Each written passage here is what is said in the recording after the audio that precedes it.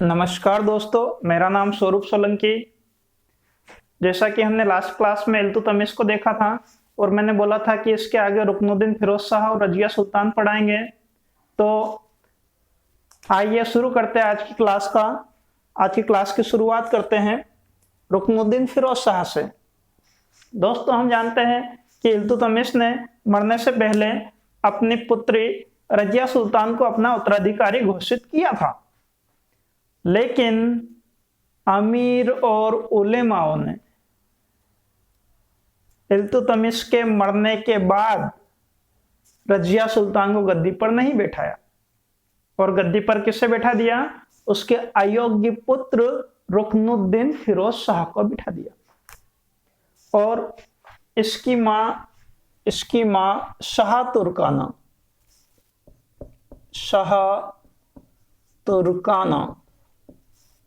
को इसका संरक्षक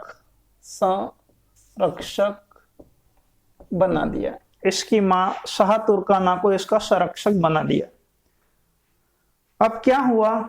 अब यह हुआ कि ये जो रुकनुद्दीन फिरोज शाह और शाह तुर्काना के रास्ते का सबसे बड़ा कांटा था रजिया सुल्तान। ये रुकनुद्दीन फिरोज शाह और मां शाह तुर्काना ये इसकी मां थी। ये रुकनुद्दीन फिरोज शाह की रियल मदर थी और रजिया सुल्तान की सौतेली माता थी। तो इन दोनों ने रजिया को रास्ते से हटाने का प्लान बनाया कि अपन क्या करें, अपन रजिया को मार डालें, क्योंकि सबसे बड़ा जो कांटा था वो रजिया सुल्तान। तो दोनों ने रजिया को मारने का प्लान बनाया, लेकिन इस बात की खबर लग गई रजिया सुल्तान को। अभी वो रजिया है, अभी सुल्तान नहीं बनी। इस बात की खबर लग गई रजिया को। अब जो रजिया थी वो दिमाग से बहुत अधिक तेज तर्राट थी, बहुत अधिक तेज तर्राट। तलवार की धार से ज्यादा उसका दिमाग चलता था। तो अब अपने दिमाग चल रहा है तो अपने दिमाग का परिचय देगी। तो रजिया ने क्या करा, जुम्मे के दिन लाल वस्त्र पहनकर मस्जिद के सामने जाकर खड़ी हो गई। उस समय लाल वस्त्र न्याय का प्रतीक होता था और उसको पता है कि जुम्मे के दिन मतलब शुक्रवार, फ्राइडे के दिन तो सभी नमाज अदा करने आते हैं। इसलिए ये नमाज के सामने जाकर खड़ी हो गई और जब उधर से लोग नमाज पढ़कर आए तो रजिया सुल्तान को लाल कपड़े में देखकर जनता ने उसकी समस्या पूछी कि शहजादी, आप इस प्रकार से लाल कपड़े में क्यों खड़े हो? लाल कपड़े पहनकर खड़े हो मतलब कि आपके सामने कोई समस्या है, आपको न्याय चाहिए, आप जनता से न्याय मांग रहे हो। तो रजिया ने जवाब दिया, बोले अच्छा। अब रजिया का पलटवार सुनिए। जनता से पूछ रही, बोले अच्छा बताइए, मेरे पिताजी के मरने से पहले मेरे पिताजी और आपके लोकप्रिय शासक इल्तुतमिश ने अपना उत्तराधिकारी किसे घोषित किया था? बोले रजिया सुल्तान आपको। बोले राजा कौन बन गया? बोले वो आपका नालायक भाई बन गया, रुकनुद्दीन फिरोज शाह, जिसको कुछ आता जाता ही नहीं है। तो बोले कि मेरे पिताजी ने मरने से पहले मुझे उत्तराधिकारी घोषित करा था, राजा बन गया मेरा भाई, मुझे कोई समस्या नहीं है। लेकिन अब मेरा भाई और मेरी सौतेली मां मुझे मारने की योजना बना रहे हैं और यदि मेरी मृत्यु हो जाएगी, वो दोनों मुझे मार डालेंगे, तो आपके लोकप्रिय शासक इल्तुतमिश की आत्मा को दुख पहुंचेगा। और जिस राज्य में लोकप्रिय शासक की आत्मा को दुख पहुंचता है, वहां पर बाढ़ आती है, भूकंप आता है, सूखा पड़ता है और दुनिया भर की महामारी आएगी, त्राही मच जाएगी। ये था पलटवार रजिया का। कैसा इमोशनल ब्लैकमेल करा रजिया ने।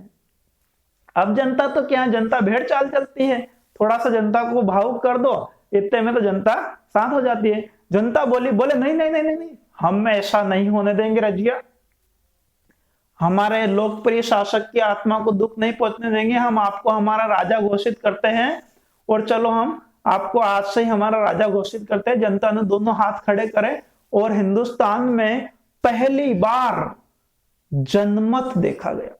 जनमत के आधार पर, जनमत मतलब कि जनता का समर्थन किसी व्यक्ति को प्राप्त होना, तो जनमत के आधार पर रजिया के साथ में दिल्ली की सारी जनता आई और रजिया ने अपने भाई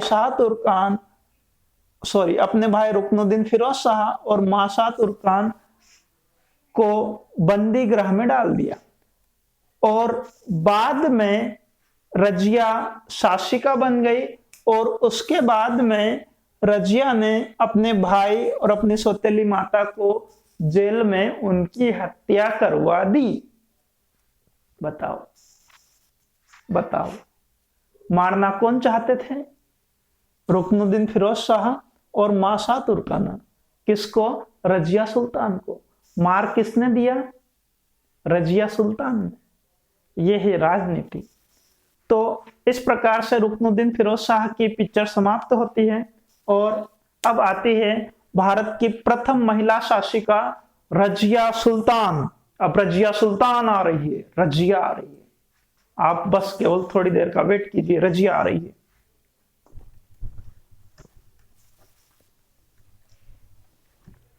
तो ये देखिए आ गई रजिया। रजिया सुल्तान। सबसे पहला आपका यहां से प्रश्न आता है कि भारत की प्रथम महिला शासिका कौन थी? भारत की प्रथम महिला शासिका कौन थी? तो उसका नाम है रजिया सुल्तान। फिर दूसरा प्रश्न आता है रजिया सुल्तान का कार्यकाल बताइए। तो रजिया सुल्तान का कार्यकाल देख लीजिए, 1236 से 1240 ईस्वी। ये लगभग 3.5-4 साल तक इसने शासन करा। अब प्रश्न आता है रजिया का पूरा नाम बताइए। तो इसका नाम था सुल्तान रजियत उद्दीन ओइनिया। मैं लिख रहा हूं बोर्ड पे, सुल्तान रजियत उद्दीन ओइनिया। ये इसका था पूरा नाम। अब सुनिए रजिया की कहानी। तो रजिया सुल्तान भारत की प्रथम महिला शासिका थी। अपने गुण और अपनी चतुराई से ये गद्दी पर बैठ गई। अब ये जब शासन करने लगी तो पहले ये जो मैं आपको इतिहास पढ़ा रहा हूं, ये कम से कम 700-800 साल पुराना है। मुझे बताइए आज भी ग्रामीण क्षेत्र में महिलाएं पुरुष के सामने बिना पर्दे से नहीं आती। महिलाओं भी आएगी तो घूंघट निकाल कर आएगी। देखा होगा आपने। आज देश स्वतंत्र हो गया, आजाद हो गया देश, चेहरा सबका समान रहता है लगभग, लेकिन फिर भी चेहरा छुपा कर आएंगे। और आजकल तो कोरोना में कोई किसी को मुंह दिखाने के लायक ही नहीं बचा। कोई बात नहीं। तो ये जो महिला थी, रजिया सुल्तान थी, ये क्या थी? भारत की प्रथम महिला शासिका थी, लेकिन ये पुरुषों के सामने बिना पर्दे से नहीं जाती थी। सोचो, आज मतलब कहने का मतलब ये मेरा कि आज महिलाएं बिना पर्दे से पुरुषों के सामने नहीं जाती है, पर्दा करके जाती है, घूंघट लगा के जाती है कि नहीं जाती है? तो आज से 800 साल पहले देश की क्या स्थिति होती होगी?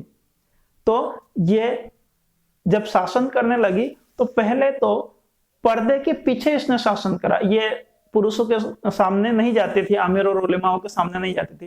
कैसे कि इधर से एक ऐसी गली बनी हुई होती थी और इधर मंच बना हुआ रहता था। वो चुपचाप गली में से इधर आती, बीच में एक पर्दा लगा हुआ रहता था और केवल रजिया की आवाज अमीर और उलेमा और राज दरबारियों तक जाती, रजिया दिखती नहीं थी। पर्दा ऐसा था कि रजिया सबको देख लेगी, लेकिन रजिया किसी को नहीं दिखेगी। ऐसा पर्दा लगा हुआ था। तो महीने, 2 महीने, 3 महीने, समय दर समय रजिया शासन करने लगी। फिर रजिया ने सोचा कि यार मैं तो हिंदुस्तान की शासिका हूं, और मैं इस प्रकार से पर्दे के सामने आऊंगी तो मुझे शोभा देगा? तो नहीं देगा। तो रजिया ने पर्दा हटा दिया और फिर बुर्खा पहनकर शासन करने लगी। फिर बुर्खा पहनकर शासन करने लगी। सप्ताह 2 सप्ताह समय दर समय बीतता गया, लेकिन रजिया को फिर भी मजे नहीं आया। बोले नहीं, मैं तो हिंदुस्तान की शासिका हूं और इस प्रकार से बुर्खा पहनकर शासन करूंगा तो क्या मुझे क्या शोभा देगी क्या? बोले नहीं। अब रजिया ने पर्दा भी हटा दिया, रजिया ने बुर्खा भी हटा दिया और पुरुषों के समान वस्त्र पहनकर राज दरबार में आना शुरू हुई। अब अमीर और उलेमा, जैसे ही राज दरबार में रजिया आए तो अमीर और उलेमा रजिया को ही देखे जैसे कभी किसी ने महिला को ही नहीं देखा हो, ऐसा देखे। रजिया ने भी सोचा, बोले कि देखेंगे, 2-4 दिन देखेंगे, उसके बाद में नहीं देखेंगे। चलो, तो ये तो इसकी शासन की शुरुआत थी। अब रजिया ने शासन करना शुरू कर दिया। रजिया का शासन पूरी तरह से ईमानदारी पर आधारित था, पूरी तरह से ईमानदारी पर आधारित था। तो जब पूरी तरह से ईमानदारी पर आधारित रहता है तो जो बेईमान लोग रहते हैं ना, बेईमान लोग का चूल्हा जलना बंद हो जाता है। बेईमान लोगों के पेट में दर्द करने लग जाता है, उनको बड़ा कष्ट होता है। तो बेईमान लोगों को समस्या आना शुरू हो गई, क्योंकि इसका शासन ईमानदारी पर आधारित था। तो क्या हुआ, तो बेईमान लोगों में कौन कौन थे? इसमें बदायूं नंबर 1, बदायूं नंबर 2 मुल्तान, ये ला लिखा है, अदला। नंबर 3 लाहौर,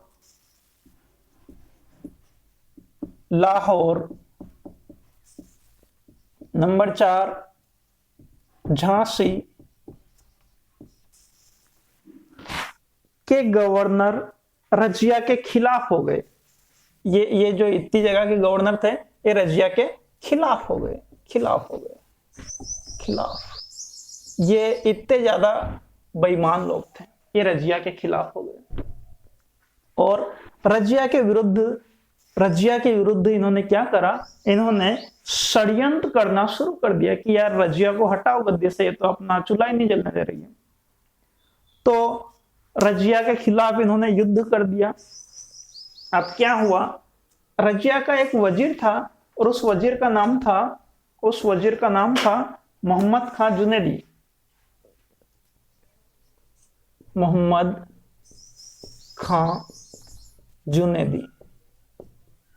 ये मोहम्मद खां जुनैदी भी इस विद्रोहियों के साथ में हो गया।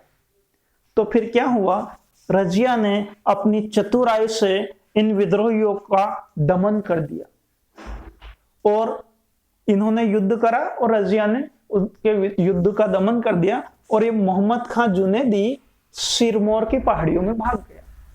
फिर उसके बाद मोहम्मद खां जुनैदी राजनीति में नहीं आया। अब रजिया ने इस विद्रोह को देखकर अपने विश्वास पात्र लोगों को प्रमुख पदों पर बिठाया।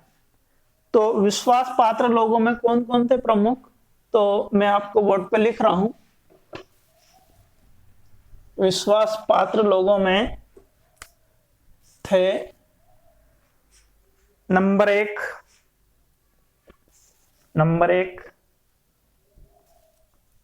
मुखनुद्दीन।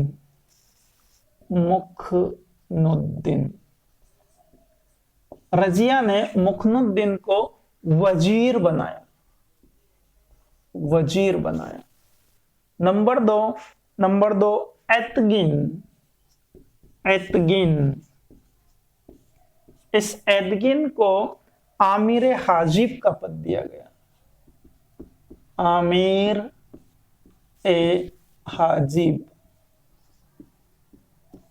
और नंबर 3 इसका सबसे विश्वास पात्र व्यक्ति था, वो था अबिसिनियाई हबसी याकूत, याकूत नाम सुना होगा, याकूत, इसको अमीर ए आखुर का पद दिया गया। अमीर ए आखुर, आमिर ए आखुर मतलब घोड़सवार का प्रमुख। अब ये जो याकूत था ना, याकूत, याकूत का रजिया के साथ में प्रेम प्रसंग बताया जाता है। ये अबिसिनियाई हबसी था याकूत, याकूत जो था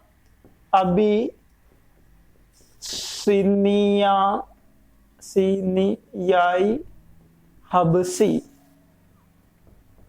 हबसी इसकी जाति थी। तो याकूत जो था यह अबिसिनियाई हबसी था, अबिसिनिया देश का हबसी जाति का व्यक्ति था याकूत। तो इतिहासकारों ने याकूत को, इतिहासकारों ने रजिया और याकूत के साथ में प्रेम प्रसंग बताए। ऐसा कहा गया कि रजिया और याकूत एक दूसरे से प्रेम करते थे, नहीं करते थे वो बात की बात है, लेकिन इतिहासकारों ने बोला।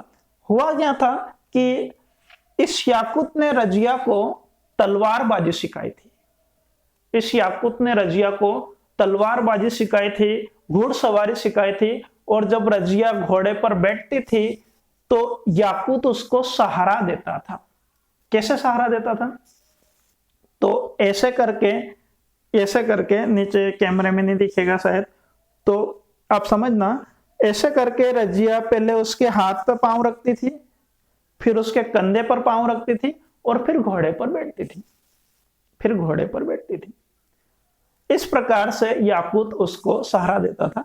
लेकिन याकूत रजिया का बहुत विश्वास पात्र व्यक्ति था। इतिहासकारों ने जो रजिया और याकूत के प्रेम प्रसंग बताए वो सही थे। तो हुआ क्या, हुआ ये कि ये जो एदगिन था, एदगिन ये बड़ा महत्वाकांक्षी व्यक्ति था, रजिया इसको पहचान नहीं पाई। एदगिन ये चाहता था कि यह वजीर बने। वजीर मतलब एक बहुत बड़ा व्यक्ति होता था, सुल्तान के बाद में जो प्रमुख पद होता था वो वजीर का होता था। तो रजिया एदगिन बोले कि एदगिन चाहता था कि ये वजीर बने, और रजिया ने वजीर बना दिया मुखनुद्दीन को। तो ये जो एदगिन था ये भटिंडा के सूबेदार अल्तुनिया से जा मिला, भटिंडा के सूबेदार अल्तुनिया से जा मिला।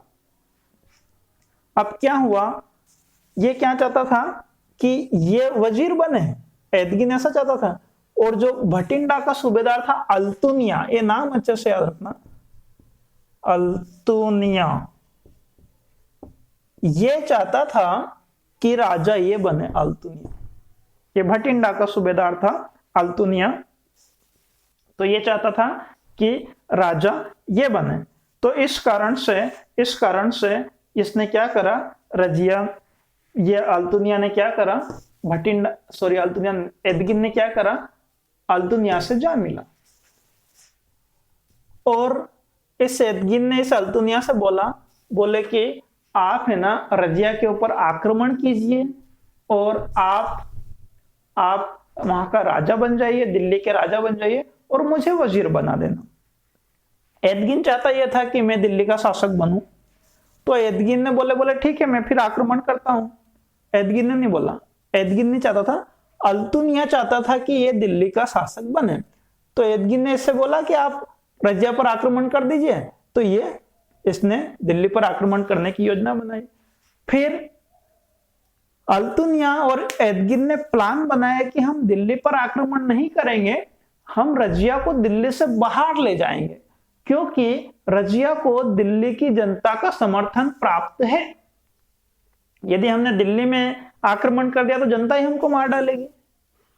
तो प्लान ऐसा बनाया गया कि रजिया दिल्ली से बाहर गई और रजिया और अल्तुनिया के बीच में युद्ध हुआ। उस युद्ध में रजिया बुरी तरह से पराजित हो गई और अल्तुनिया ने सबसे पहले इस याकूत की हत्या कर दी। याकूत की हत्या करनी जरूरी, क्योंकि याकूत कौन था? याकूत रजिया सुल्तान का कवच था, ढाल था। जब तक याकूत नहीं मरेगा जब तक रजिया सुल्तान नहीं हार सकती। तो याकूत की इसने हत्या कर दी और रजिया सुल्तान को, ये रजिया को, ये देखिए, ये रजिया सुल्तान देखी होगी आपने, रजिया सुल्तान, ये रजिया सुल्तान, इस रजिया को क्या कर दिया, इस रजिया को इसने जेल में डाल दिया, इस रजिया को जेल में डाल दिया। किसने? अल्तुनिया ने। अब रजिया जेल में और अल्तुनिया रजिया को देखे और रजिया अल्तुनिया को देखे। अब रजिया का दिमाग बड़ा तेज तर्राट चलता था और एक समय तो रजिया दिल्ली की शासिका हुआ करती थी और अब जेल में बंद हो गई।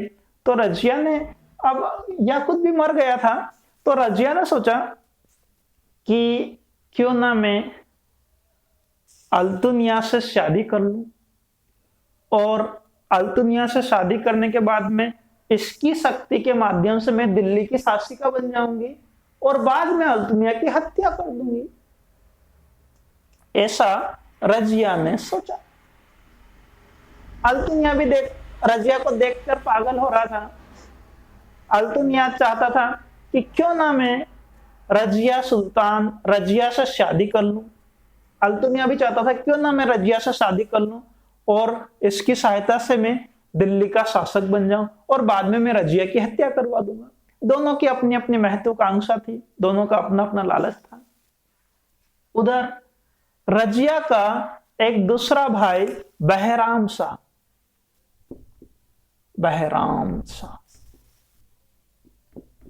ये शासक बन गया। जब तक ये इधर सोच ही रहे हैं, ये अल्तुनिया और ये रजिया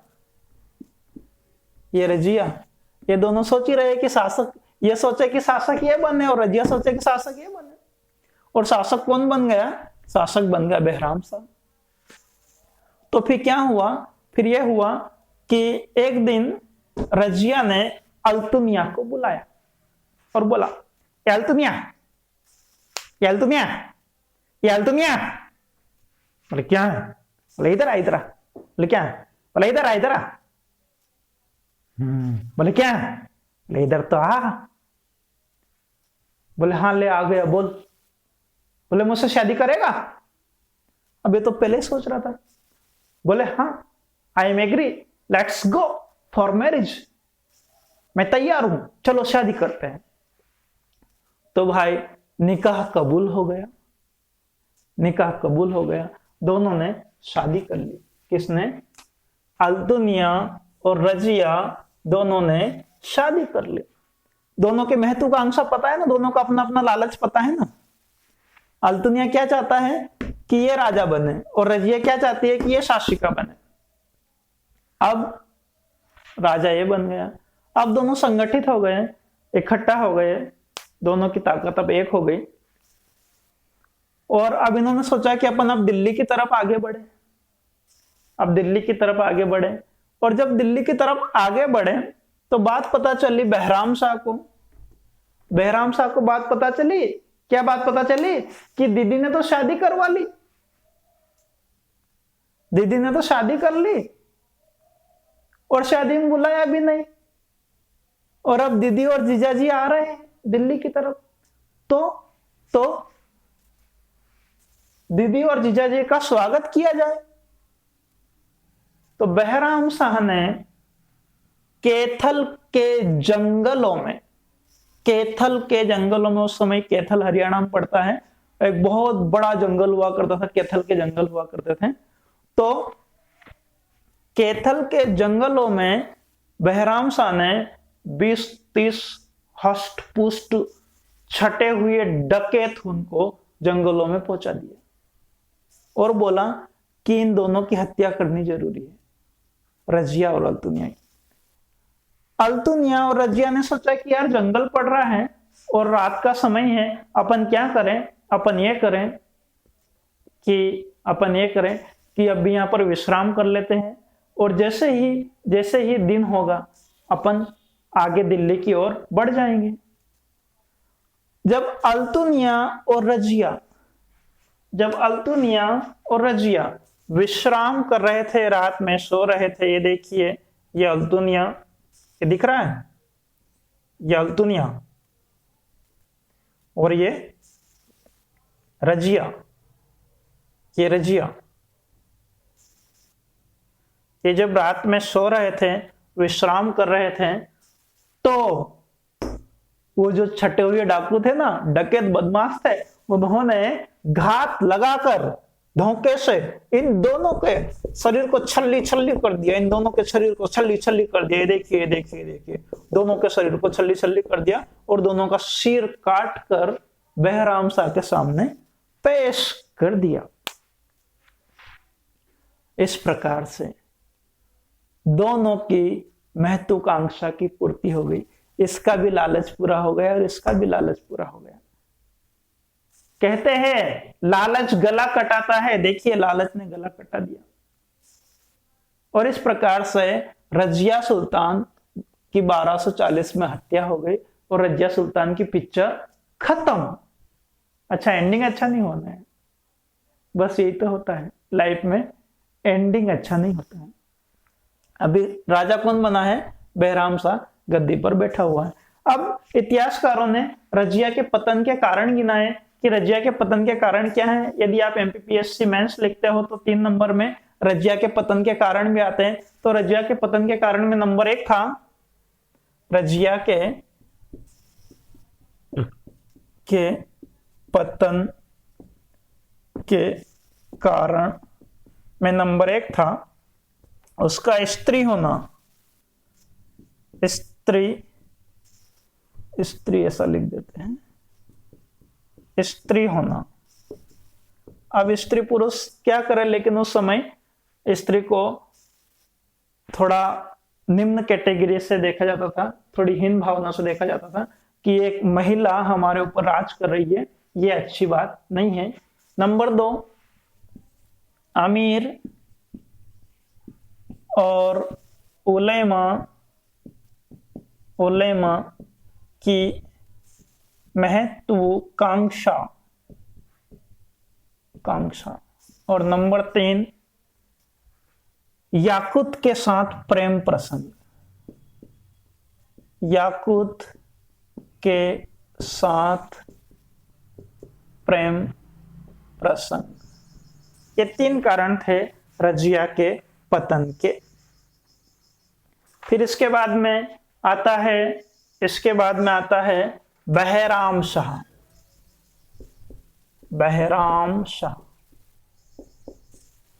तो दोस्तों इस बहराम शाह को हम नेक्स्ट क्लास में देखेंगे। जब तक के लिए आप इसके अच्छे से नोट्स बनाइए, वीडियो को लाइक कीजिए, शेयर कीजिए, सब्सक्राइब कीजिए और कमेंट्स भी कीजिए। आप लोग की कमेंट्स थोड़ी कम आ रही है, कहीं किसी प्रकार से कहीं सुझाव हो, सजेशन हो तो सुझाव भी दीजिए। अभी आपके कुछ दिन बाद में मैथ्स रीजनिंग की भी क्लासेस चालू हो जाएगी, तो आप सुझाव भी दीजिए, सजेशन भी दीजिए, कमेंट्स भी कीजिए। कमेंट्स को बॉक्स से भर दिया करो। ठीक है, वीडियो देखने के लिए धन्यवाद।